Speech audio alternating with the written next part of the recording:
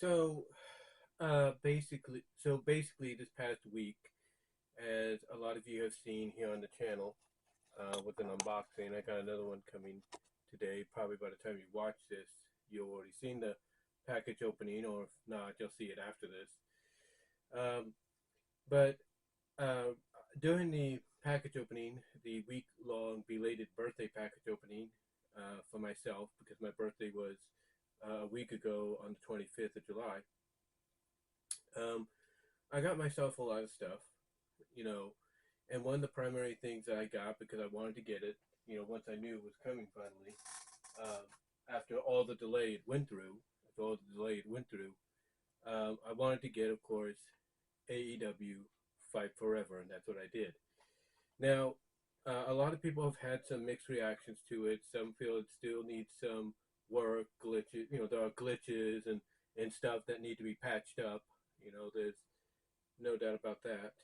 Um, but yeah, I wanted to get it because apparently, as I've talked about and others have talked about, it's, by what AEW is saying, it is basically going to be the one and only wrestling game for the time being, which will constantly be updated from time to time. Thus, thus kind of living up to the name they gave it, called Fight Forever.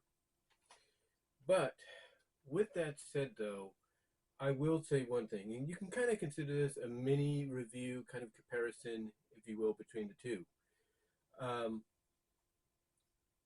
but basically, when I compare these two together, this being Fight Forever, and then of course WWE 2K23, you could definitely tell that Fight Forever is, just finding its legs. There's no doubt. One of the complaints that people have about it, and over time, I think it might be an area that they address for future updates. Some of these updates, I believe, are going to be massive, to the point that, they might take 30, 40 minutes just to, complete or download and complete when they arrive. But one of the complaints is the Creation Suite. And the Creation Suite not being up to what WWE, is known for doing, because WWE, of course, doing this for quite some time, allows you to put your own face on the character, as well as also upload different imagery that you will find online, or that you will scan and upload to your, or scan onto your computer and then upload onto the WWE 2K website. So that's one of the common complaints, is the Curation Suite is not what it's, not, up to snuff, if you will. And again, I think that's going to be one major area that they will work on, guaranteed. It may not be this year, but it'll be soon. I've got a feeling they've got a list jotted down of what fans want. Not only a month in, so you got to give them time. You got to give them time for that. But I will say that as far as like the controls go, it does take time getting used to. You can kind of tell that they took inspiration from WWE 2K in a way, but because they took that inspiration and switched it up a little bit, it does make things a little confusing for regular players of 2K, of the 2K series. So what it allows you to do, and 2K does the same thing, but what this allows you to do is map the controllers to be more familiar, or at least similar to what you're used to. So like with 2K, if you will, like with 2K, just trying to arrange it. Like with 2K, you got this, for the PlayStation games, you have the red circle, right? You have the red circle, which would be the B button on Xbox, if you will, but the red circle B button on Xbox. You got that basically initiates a move. Basically, you use that to help initiate a move, whether it's a heavy move, whether it's a light move, or whatever. So you press this, and then you go with this and everything, and then you go to whatever button corresponds to what you want. Whether it's the pink square, or the blue X. On the Xbox, it's the blue X or the green A. Whatever controller you prefer, it does respond to that. To me, what AEW Fight Forever did with THQ AEW games and Ukes did is they patterned a little bit after that. But instead of you going like to, instead of you basically doing exactly the same thing there, to where you take the controller and you go like this, you hold this, and then you press one of these buttons, if you will. Like basically you press this, your action button, and then whatever your corresponding action button is, along with your thumbstick. That instead you'll press the action button, which default wise will be the X button, and then you go whatever direction this goes in, and then you do the same with the lighter button, which usually will either be the X or the circle. It might even be R2 or RL or R1, one of those two, depending. I got to go back and look at the default settings. But basically, you'll use the thumbstick and just a button to do your actions for heavy and light, striking and grappling and stuff like that. So again, you can kind of tell they tried to pattern a little bit, take inspiration a little bit from the 2K series, but also try to make it into their own. But like I said, just like with 2K and any other series, they do allow you to map the controllers to your own personal settings. So again, if you've become accustomed to the WWE way of things, playing the games that they offer, 2K wise, then all you have to do is map it up to be similar. So in my case, instead of being the default setting of X and the left thumbstick, or the R3, if you will, thumbstick, not R3, the L3 thumbstick, I should say, not R3, but the L3 thumbstick, that instead of using that, I'm going to be, I've decided to map it out to where it's the red circle and the L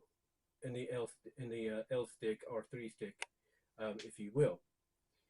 I'm sure some people might say, well, you can also use the directional pad too, and I'm pretty sure you can. But mainly the thing about this is to kind of, because this is a statement they try to put out there all the time. The thing about this is to bring wrestling back to what it was. Bring wrestling games back to what they were. Fun, fun games that you can just get into, and and not have to worry about like, okay, what's this, what's that, how much can, like, there's certain things that people might complain, criticize with the WWE 2K games. Apparently the goal here to start off with is just to make this one more keen to what people enjoyed when it came to the early SmackDown games and No Mercy games, and even the WCW games like on N64, PlayStation 1, PS2, you name it. So that was basically their main goal. And so far they've done a good job. There's no doubt. Now, are there some glitches? Absolutely. There's a match I did between Angry Video Game Nerd and Nostalgia Critic. Yes, I did create them for this game. Nostalgia Critic's outfit, though, has to be fixed again. I'm pretty sure I can do that with modifying it, because that's how they kind of call it. That's what they call it basically when you go to the creation suite and you want to edit your wrestler. They say modify. That's what they say instead. But anyway, basically, that's what I'm probably gonna have to do. But I did a match between the two, lights out and everything. And what happened is that I think Critic put AVGN. I was playing as AVGN, I believe, on the table, and the AVGN call went right through. He just went right through, and then he sent him up. Then he sent him back on the table again, and just knocked him off. So there are some glitches and everything. I will admit that that need to be fixed.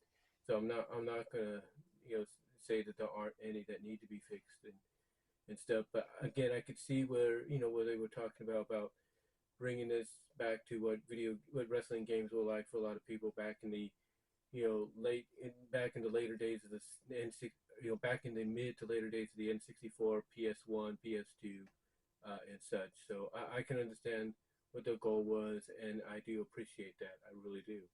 And I know I'm not alone in that. I'm not.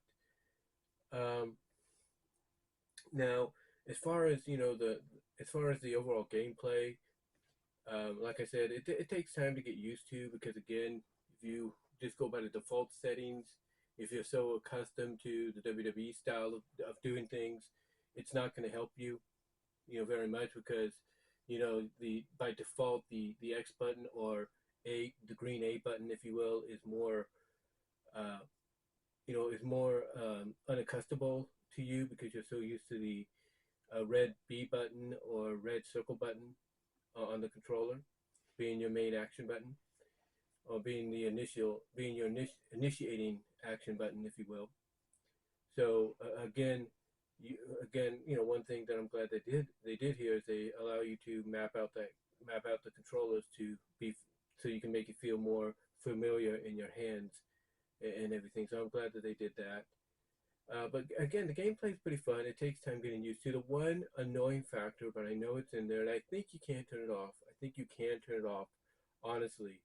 But the one annoying factor is the fact that you have, if it's your first time playing in certain matches and all that, you have these tutorials, tutorials, I should say, tutorials popping up from William Regal, from Taz, Excalibur, mainly Taz and William Regal. You have the tutorials popping up, and it just gets annoying. So I'm sure you can find a way to turn that off. I just got to check that myself. Um, but overall, the gameplay I think is once you kind of get used to it a little bit or get the hand of it, the handle of it, not the handle but the hand of it, for a bit. Once you kind of get a little bit more comfortable, over time in time playing it, I should say, not over time, but in time playing it. Um, I think you will enjoy what you get here because not only do you get the intergender matches that will advertise, guys against girls, even your CAW guys against girls are going against each other, but you also get to have them in the matches that pretty much were promoted for this. Like, they do have the exploding barbed wire death match. And I played that several times. I even, as I advertised here on my channel, did a couple of CAWs of my sisters and my older sister and her husband, and I put them in the exploding barbed wire death match, on several occasions. And then, of course, I put myself in there against my brother-in-law, which you, of course, saw here as well, once I created mine. Um, Outside of that, um, like I said, outside of that, you know, the gameplay, like I said, it becomes fun once you do get used to it. Once you get the hang of it, if you will. It takes time, and there's still going to be a lot to learn from it from here on in.